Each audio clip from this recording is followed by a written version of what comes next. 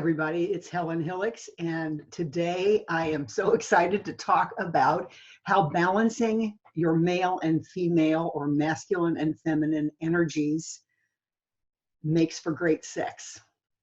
Now, everybody hears all the time about, be a man's man, or you're such a goddess, or, we refer to those masculine and feminine traits all the time, but usually we refer to them in a way that really is not helpful at all. And I'm going to tell you how we get stuck in one side or the other, thinking that the man should be this way and a woman should be that way, when really we all have both things inside of us. So that's what we're going to talk about today. I'm going to tell you how actually nurturing the other sex's characteristics inside yourself can actually make for fabulous sex and a better balanced life in a whole way.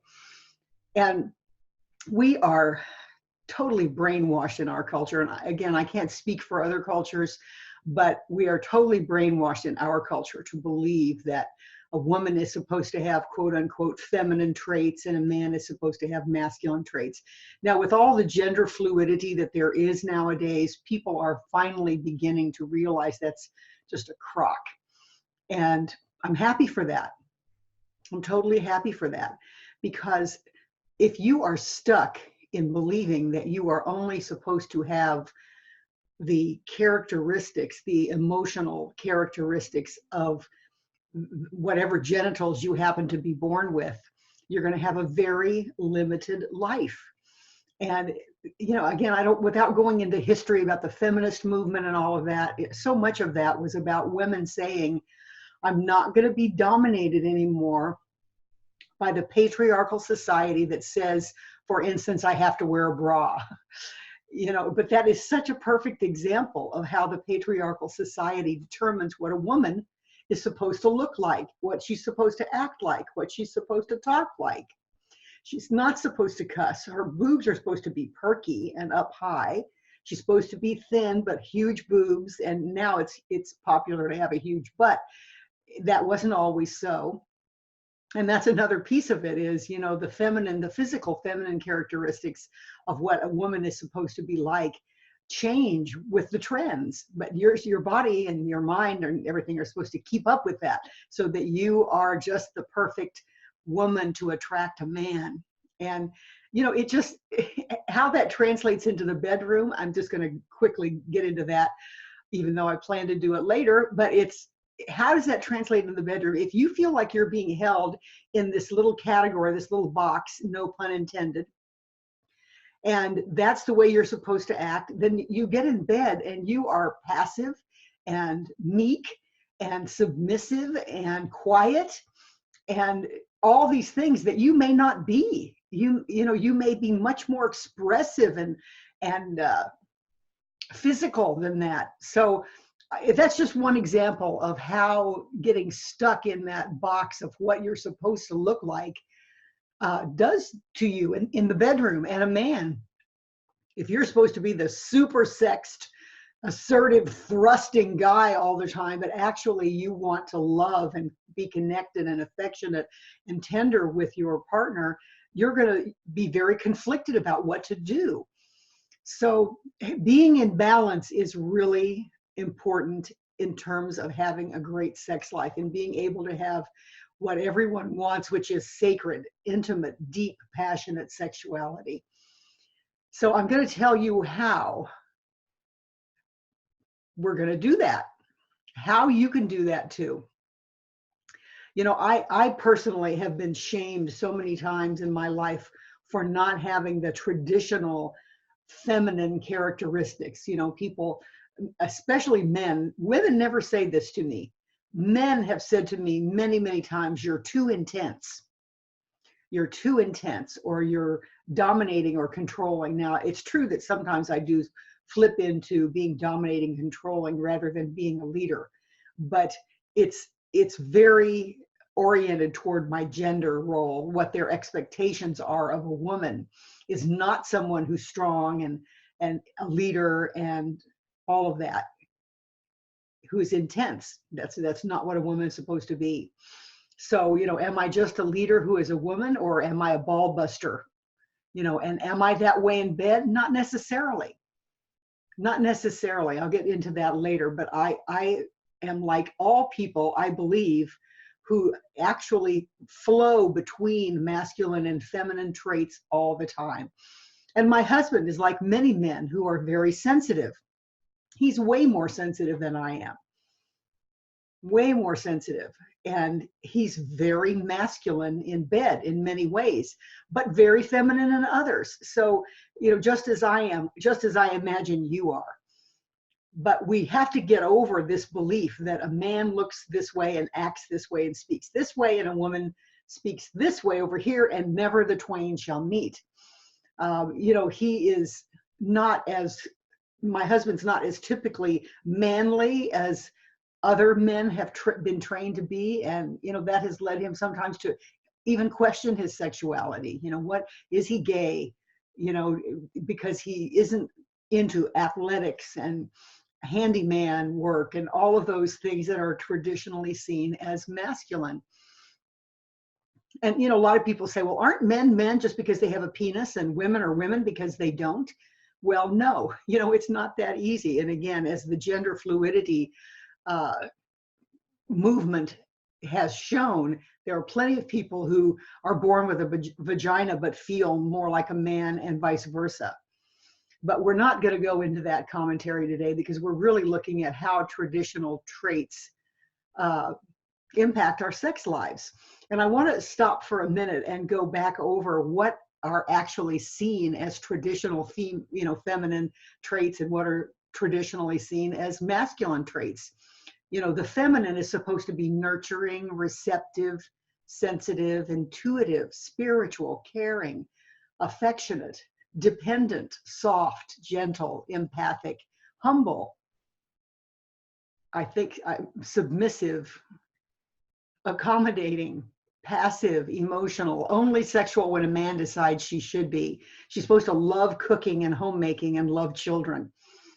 Now, I know that's a very traditional set of qualities, but this still rules the way women think they're supposed to be, and the way men think their women are supposed to be. And the masculine, on the other hand, is supposed to be strong and focused and thrusting and assertive and hardworking, a provider, self-reliant, independent, hard, courageous, a leader, dominating, stoic, highly sexual, financially successful, providing for the family, know how to build things, love sports. And, you might already be laughing because these things are so stereotypic, aren't they? They're just ridiculous. But it's still there, guys. It really is. It's still there.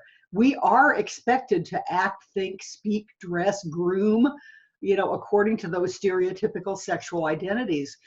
And women are expected to look beautiful according to whatever society defines as beautiful. And men have a little bit more latitude in terms of what, looks go, but they have to be highly sexed and highly financially successful in order to be a real man's man. So, how does this affect you?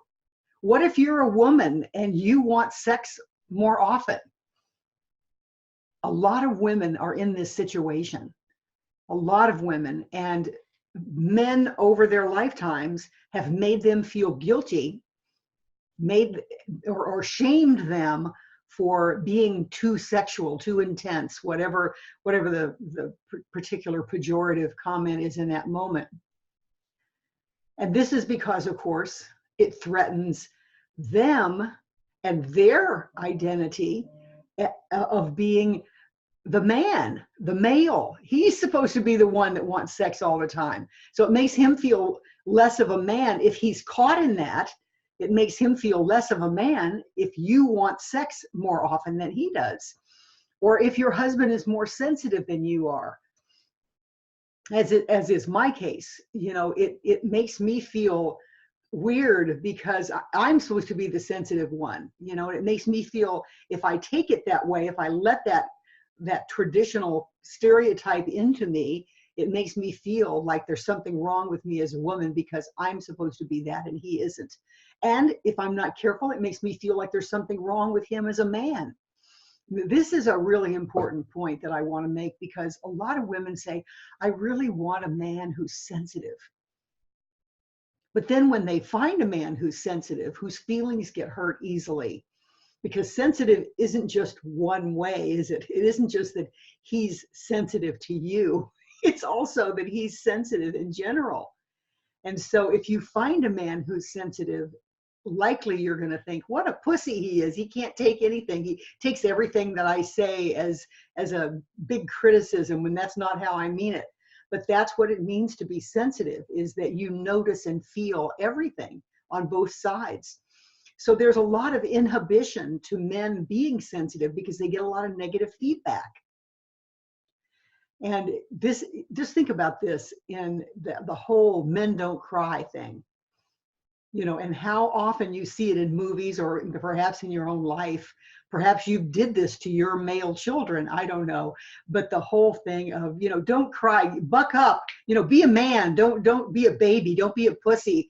That is how boys are raised traditionally. I'm not saying every mother does that anymore, but I want to say that because women feed into this stereotyping. Typically, again, women are the ones who raise the children, and boys included, and they feed into that stereotype. They don't want their boys to be a pussy and to be bullied at school. There's so much more to this. Again, on the society level, women have fed into men being stoic and hard and courageous and so forth, because we want our men to be in the army and go out and fight the wars and protect us.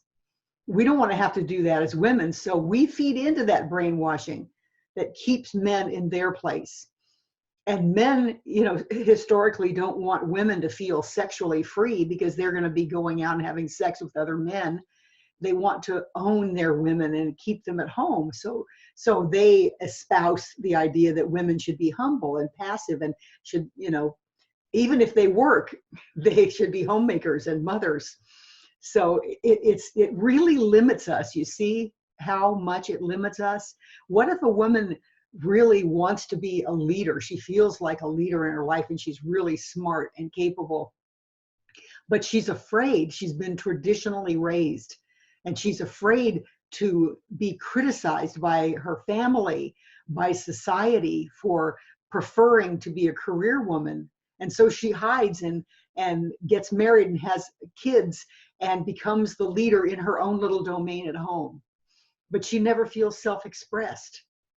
So it's, and in the bedroom, of course, this shows up everywhere. If a woman feels like she has to suppress herself in the bedroom, she's not going to be nearly as open and liberated to be sexual and to try new things, switch roles, whatever it is that you guys want to explore in the bedroom. If a woman feels like she's not supposed to be sexual, it would make her a whore, then she's not going to be open to that. One of the people I interviewed on my summit, Sex and Spirituality, was Vanessa Marin, who is a sex therapist, and she's working a lot right now on social media. She's doing a lot of posts about initiation. And, something that has totally shocked me is how many people write into her and say, I don't know how to initiate, or I'm too embarrassed to initiate. And that just blows my mind, that we are still in that phase of sexual evolution, that people are too embarrassed to initiate. And I would bet you most of those people are women who are saying that they're too embarrassed to go up and say, honey, would you like to have sex this afternoon or tonight or whatever? But again, it goes against that stereotype of a female. You're not supposed to initiate. The man is supposed to initiate. And I'll tell you, over the 35 years of my counseling experience, I can't tell you how many times men have complained about always having to be the one to initiate. That is such a great example of exactly what we're talking about, is that he feels trapped in the stereotype of the man, and he resents having all the responsibility for when they have sex on his shoulders. And then, of course, he's the one that has to make himself vulnerable, which is against the male trait categories, by being the one that initiates and gets rejected over and over again. So that makes him feel like not like a man. And so he resents his wife for having that, the power to say no. And this, of course, I mean, in the old days, a man could just rape his wife, and that was her duty, to just have sex with him whenever he wanted. And that was perfectly legal. So there again, it's such a powerful, anti-sexy thing to have happen, is that whole old traditional way that men treated women and taught them. That's not a turn on. Absolutely not a turn on, is to have the man always have to initiate, and the woman is the one that says no. She gets to be, then there's that whole other dynamic of, she expresses the power that she doesn't feel she has in her life. She expresses it in the bedroom by her ability to say, no, I'm not going to give you what you want. So this out of balance male and female characteristics ruins everything out of the bedroom and in the bedroom. If you have a couple where the male and the female both feel that they're expressing all sides of themselves, that the male is able to be vulnerable and feel comfortable with it, that the female is able to be a leader and feel comfortable with it, and have each other support those things. If you have developed this healthy balance, the male is able to be tender and the woman is able to be assertive, then you have a balanced marriage. You have a real partnership then. Because if you don't have that balance, then there really is no partnership, because the man is the boss. And sometimes it's the other way around. Sometimes we have abdicated completely our stereotypic roles. I've heard many clients come in and say too that my mother ran the household and my father was passive and submissive. And of course that ruins things just as much. She has no respect for him. He feels completely belittled and not like a whole person, even let alone a man. So it is ruined either way whenever a person decides they're only going to have one set of qualities, and it's either going to be masculine or feminine. Everything is ruined when that happens, because if the man is going to be all masculine and the woman is going to be all feminine and passive and submissive and all of that, then the man has no partner. He has no partner. Everything's on him, not just initiating sex, but everything is on him. So it really doesn't work. It does not work. Because what we crave, and this is the spiritual foundation of it, what we crave is oneness. That's why we all are craving sacred sexuality, even though we may not know it. Even when you're masturbating to pornography, this sounds so crazy, but you're craving oneness, because in the pornographic setting, usually you're wanted. And the person wants to connect with you. Now, it may be genitally in your mind, but it's still the craving for connection. And that craving for connection is a longing for oneness. And in the oneness, there is no dominance and submission. We are all one. And that is when we are the happiest. And this has been proven in science, in scientific research over and over and over again, that we are happiest when we're connected. That's why people live longer when they have a pet. That's why people live longer when they have a partner. We live longer because we're happier, and it goes all the way through our bodies and our minds and spirits and hearts. So you cannot find that oneness in your daily life or in the bedroom if you're stuck in what you believe are old, those traditional old gender roles. You'll never have it. So let's talk for a moment about what is a healthy balance. What are the steps, or what are the qualities that make up a healthy balance? Well, one of them is that you have to realize masculine and feminine traits exist in us all. You have to just blow apart that old thing that men feel this way and women feel that way, that men look this way and women look that way, and men act this way and speak this way and women do that. Now, I'm not saying that testosterone and estrogen don't play a part in certain characteristics and so forth, but we all have masculine and feminine traits. It's all on a continuum. And we get to be more fluid on that continuum. And we get to nurture all the aspects of ourselves as without judgment. Because then, this is the most important piece for me, then you can flow between all those aspects depending on what is for the highest good in the moment. And let me give, for some reason, this very painful example comes to my mind, but I'm going to use it because it popped up. If your child is sick with cancer and may be dying, the man, if he is trapped in that belief that he has to be stoic and hard and courageous, then he is going to suffer tremendously and not give his child the affection and the connection that the child is longing for. He's going to feel like the father has pulled away from him. And that's going to make all of the situation far worse than it has to be. Even if the child dies, if he feels connected and loved all the way through, it makes it so much easier. And then it makes the father feel so much better when the child dies, because he gave everything he had emotionally, spiritually, and physically to his baby. And I used to work with kids with cancer, so I've seen this. I've seen how the men suffer if they cannot express the feminine side of themselves. And the same thing with the woman, you know, if she's overcome with all of her emotional aspects and emotionality and sensitivity, and, you know, then she is overcome by that and can't function when her child has cancer. But if she can allow herself to be a leader and she feels balanced with emotion and also with the ability to, you know, create as good an environment as possible, and, you know, that courage that just keeps going through, then it's going to be better for everybody. And that is, like I said, it's a painful example, but I want to use an example now that has to do with sex.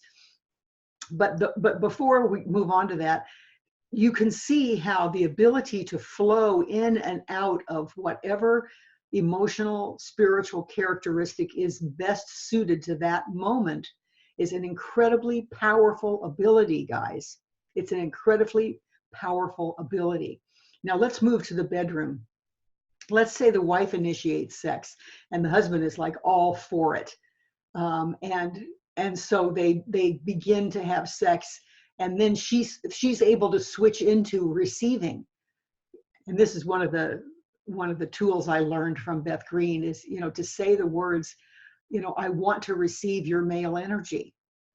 And, you know, she switches into that very feminine kind of quality of I want to receive your male energy. And that feels so good to be able to be in that space. And then maybe a little bit later, she feels like, you know, I would really like you to touch me harder on the left side of my clitoris. It's so sensitive there. And he says, wonderful, thank you for telling me. And so, you know, she's taking the leadership there, and he's being the one that is more cooperative and passive. And it's like, and you just flow back and forth all the way through the sexual experience. Sometimes she's on top, sometimes he's on top, you know, and that again, that's switching those, what we think of as traditional roles. They get switched back and forth all the way through. You know, maybe she says, I want to perform oral sex on you. I want you to lie down and I'm going to perform oral sex. That's her taking leadership and him being passive and submissive in that moment. But what a turn on for him. So it's like we have to realize that fluidity of movement back and forth between the masculine and feminine traits makes life so much richer. So much richer, and it allows you to feel like true partners, equal partners. And this blows apart, you know, all of the religious and patriarchal thinking about what makes a healthy life And we need to do it. We need to just blow apart those religious and patriarchal societal trends that keep women limited in this way and men limited in that way. It makes your sexuality so much richer to blow that out of the water and to be able to truly co-create a flowing, deep, intimate, passionate experience where both people can express themselves fully. That's what we want, guys. That's what we crave, is a place where we can feel safe to express ourselves fully. And that is that balance between the masculine and the feminine traits. So let yourselves go. Let yourselves develop that. Let yourselves, let your couples talk about that. And I want to just say one more thing about there are other ways that we get trapped in our thinking about stereotypic emotional roles. And men have been taught that all of their needs for affection and love and tenderness are going to be met through sex. And this contributes to a very out of balance dynamic in a lot of couples. Not always, because there are times where the woman is the one that wants sex way more often. I mean, that's really quite common. But a lot of times, either way, it can be the man or the woman is taught that they're going to get their needs met. They're going to be shown that they're wanted. They're going to be, loved. All of it gets met in the genitals. And this is getting trapped in that stereotypic masculine way of thinking about sex. And it can be a woman who gets trapped in that just as easily as a man.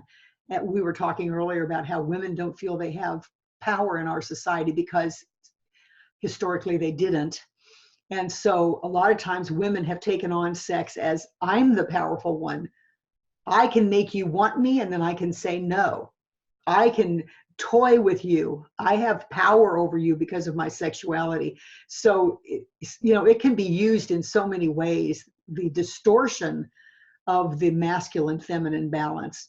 But if you realize that, and then you begin to energize the other aspects of yourself, and you begin to see that affection and communication and tenderness actually meet your needs, then the compulsion to be sexual all the time often diminishes. And I think this is so important, especially in this era where pornography has taken over our society, is that a lot of times people turn to pornography because they're not getting their emotional needs met, and they think they're sexual needs, but they're not. And when they start getting their emotional needs met, they realize that the pornography or the masturbation or even just constant sex with your partner is really an out of balance masculine way, whether it's a woman or a man, but a masculine way of trying to get those deeper needs met. So guys, it just makes for a healthier life all around if we can allow ourselves to nurture both the masculine and feminine qualities in us and the masculine and feminine qualities in our partners. And to not be afraid that if we encourage our husbands to be sensitive, that they're going to quit their jobs and stay home. Or that if you encourage your wife to take leadership, that she's going to go get a career and leave you behind.